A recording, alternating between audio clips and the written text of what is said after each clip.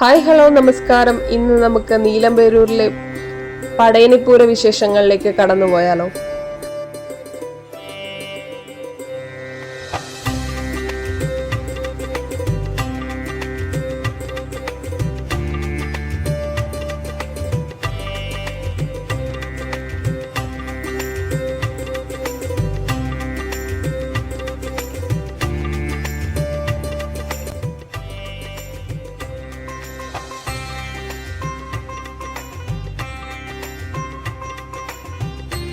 കേരളത്തിലെ ആലപ്പുഴ ജില്ലയിലെ കുട്ടനാട് താലൂക്കിൽ നീലംപേരൂരിൽ സ്ഥിതി ചെയ്യുന്ന പള്ളിഭഗവതി ക്ഷേത്രത്തിലാണ് ചിങ്ങമാസത്തിലെ തിരുവോണം കഴിഞ്ഞു വരുന്ന പൂരം നാളിൽ പടയണി ഉത്സവം നടത്തുന്നത്.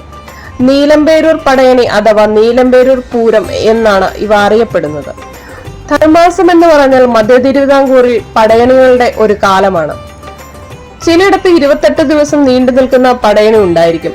എന്നാൽ നീലംപേരൂരിൽ ചിങ്ങമാസത്തിലെ തിരുവോണത്തിന്റെ പിറ്റേ ദിവസം അവിട്ടം മുതൽ പൂരം നാൾ വരെയുള്ള 16 ദിവസത്തെ പടയണിയാണ്. ചൂട്ടിവീലിന് ശേഷം ചതയനാൾ രാവിലെ 6 മണിയോടുകൂടി നാട്ടിലെ യുവജനങ്ങൾ എല്ലാവരും ക്ഷേത്രാങ്കണത്തിൽ ഒത്തുകൂടി 45 അടി പൊക്കമുള്ള വലിയ അന്നം, നല്ല വലിപ്പമുള്ള ഒരു ആന, 30 അടി പൊക്കമുള്ള മറ്റു 2 അന്നങ്ങൾ, 30 അടി പൊക്കമുള്ള ഭീമൻ, യക്ഷി എന്നിവയാണ് ഇവിടുത്തെ കോലങ്ങൾ. ഇവയുടെയെല്ലാം ചട്ടങ്ങൾ വലിയ തടിയിൽ തീർത്തിട്ടുള്ളതാണ്. അവയെല്ലാം സൂക്ഷിച്ചു വച്ചിരിക്കുന്ന ക്ഷേത്രത്തിന്റെ സുരക്ഷിതമായ മുറിയിൽ നിന്നും വെളിയിലെടുത്ത് ക്ഷേത്രാങ്കണത്തിലുള്ള ആൽമരത്തിന്റെ ചുവട്ടിലെത്തിക്കും. അതിനുശേഷം ചട്ടങ്ങളെല്ലാം യഥാസ്ഥാനങ്ങളിൽ യോജിപ്പിച്ച് എല്ലാത്തിന്റെയും ചട്ടക്കൂടുകൾ ഉണ്ടാക്കുന്നു. പിറ്റേ ദിവസം മുതൽ ഇവയുടെയെല്ലാം അസ്ഥികൂടങ്ങൾ ഉണ്ടാക്കുകയാണ് പണികൾ. വലിയ അന്നങ്ങൾക്ക് കമുകിന്റെ വാരി കൊണ്ടും ചെറിയ അന്നങ്ങൾക്ക് ഈറല് കൊണ്ടുമാണ് അസ്ഥികൂടങ്ങൾ ഉണ്ടാക്കുന്നത്. പിന്നീടുള്ള ദിവസങ്ങളിൽ ശരീര നിർമ്മാണമാണ്. വാഴക്കച്ചി കൊണ്ടാണ് ഇവ നിർമ്മിക്കുന്നത്.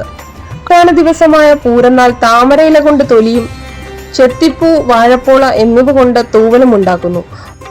പൂരനാൾ രാത്രി 8 മണിയോടുകൂടി നീലംപേരൂർ ക്ഷേത്ര പരിസരത്തെത്തിയാൽ മാനസ സരസ പൊയ്കയിൽ പല വലിപ്പത്തിലുള്ള 100 അന്നങ്ങളോളം നീന്തി തുടിക്കുകയാണോ എന്ന് തോന്നും വിധം നമ്മുടെ കണ്ണുകൾക്ക് വിരുന്നേകി ഈ കെട്ടുകാഴ്ച കാണാം.